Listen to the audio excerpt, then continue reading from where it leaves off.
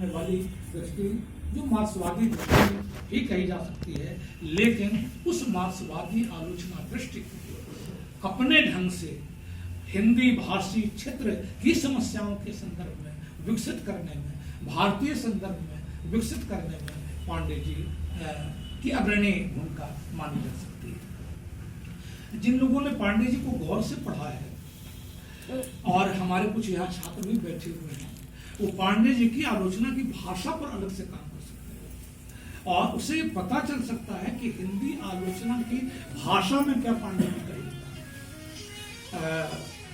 ऐसी एक भाषा जिसमें व्यंग भी है, वक्रोक्ति भी है, आलोचनात्मक भी है, वो भाषा रचनात्मक भी है, विश्लेषणात्मक भी है। आप कह सकते हैं कि अनेक कौशलों का उन्होंने उपयोग, शास्त्रीयता भी जगह जगह पर जहाँ पर जरूरत है तो शास्त्रीयता का भी इस्तेमाल करते हैं।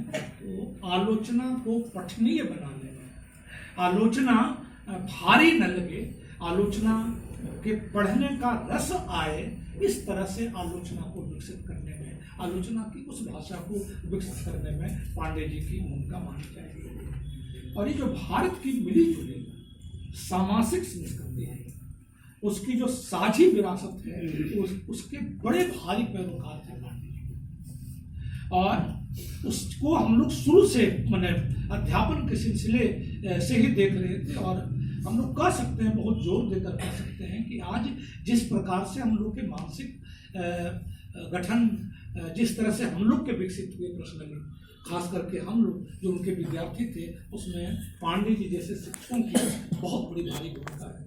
जब भी कई बार साहित्य की चर्चा होती है, मैं कहता हूँ कि मैं कई बार सोचता हूँ बैठ करके कि यदि मैं साहित्य का विद्यार्थी न होता, यदि मैंने कबीर को न पढ़ा होता, प्रेमचंद को न पढ़ा होता, तुलसीदास को न पढ़ा होता, कबीर को न पढ़ा होता, या और भी जो आगे हमारे निराला जैसे महान कवि हुए उनको न पढ़े होते, तो क्या वो तरुण कुमार जिस तरह से आज हम दुनिया को देखते हैं, सोचते हैं, समझते हैं, वही होता। तो ये साहित्यिकों ने और फिर हमारे अध्यापकों ने हमारे मानसिक गठन में बड़ी भारी भूमिका निभाई। और उसमें मैं न भी चाहूँ तो भी पांडे जी को भूल नहीं सकता हूँ। ये मेरी मर्जी पर नहीं, मैं भूल चाह करके भी नहीं बोला जा सकता। तो ये मुगल बादशाहों की हिंदी करता, इसी चिंता की थी वो जो सामाजिक संस्कृति और खास करके उस दौर में ये कविता संपादित होकर के आई मुगलों की, मुगल बादशाहों की, जब हिंदू और मुसलमान जैसे बिल्कुल दुनिया में भारतवर्ष की सारी समस्या इसी में समझ गई। राम रहीम में जाकर के मामला हिंदू मुसलमान, भारत पाकिस्तान, हिंदू मुसलमान, भारत पाकिस्तान, जैसे ये देश बनाया किसी खास जाति, ये किसी खास जात की जागीर है।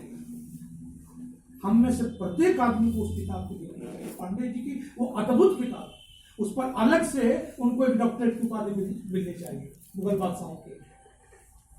हम लोग के यहाँ तो एक ही बार मिलती है, लेकिन पश्चिम में ऐसा नहीं है। पश्चिम में है कि अनेक बार इसकी जरूरत पड़ सकती है। एक छोटा सा काम है लेकिन बहुत महत्वपूर्ण काम है। मुगल बादशाहों की हिंदी कविता एक अपने ढंग की अनूठी कृति है और उसका अनूठा महत्व है।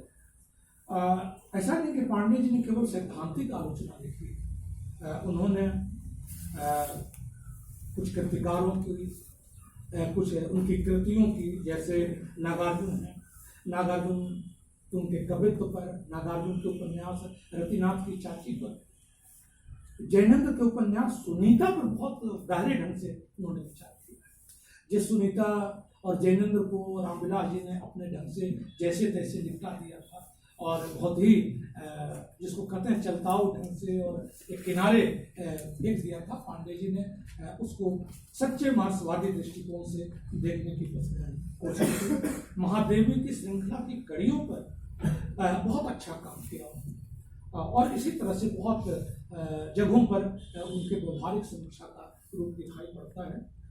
मार्क्सवादी आलोचकों में पांडे जी उन आलोचकों में प्रमुख माने जाएंगे जिन्होंने दलित मुक्ति और स्त्री मुक्ति के प्रश्न को गंभीर किया।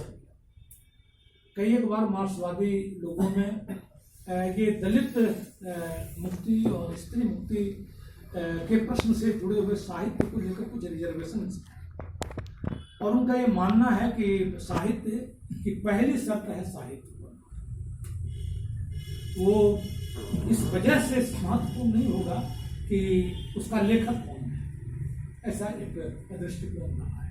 लेकिन पांडे जी ने कहा कि नहीं, ये हमारे समाज का बहुत ही गंभीर प्रश्न है, और इससे यदि हमारा साहित्य और हमारी आलोचना नहीं टकराएगी तो इसका मतलब है कि हम किनारा करते हैं, हम किनारा कशी करते हैं। और इसलिए सामाजिक दृष्टि से, शैक्षणिक दृष्टि से, आर्थिक दृष्टि से हाशिए पर पड़े जो लोग थे वो उनकी आलोचना के हमेशा थे। जैसे इतिहास में सबाल्टर्न हिस्ट्री का जो कॉन्सेप्ट है, वैसे ही सबाल्टर्न लोग उनकी क्रिटिसिज्म के केंद्र में थे, जो हाशिए पर, जो मार्जिन पर, जो चौथाई पर पड़े हुए लोग थे, वो पांडे जी की चिंता के केंद्र से कभी ओझल नहीं होते थे। बहुत कठिन जीवन जिया पांडे, बहुत लोगों को मालूम नहीं है, और उतना कठिन जीवन जीने के बाद और वो उस कठिन जीवन की व्याख्या अभी नहीं कर सकता, लेकिन अब कह सकते हैं कि जिसको जवान पुत्र की हत्या तक देखनी पड़ी हो, शायद जीवन में इससे अधिक कठिनाई और क्या हो सकती है। और इसके अलावा अनेक मोर्चों पर अनेक प्रकार की कठिनाइयों से जूझते हुए उन सारी मुसीबतों के बीच पांडे जी ने जिस तरह से और जितना कुछ काम किया, वो हम सब उनकी बाद की पीढ़ी के लोगों के लिए बहुत ही प्रेरणादायी और ऊर्जा देने वाली है, बहुत ही स्फूर्ति प्रदान करने वाली है। निर्भीकता जो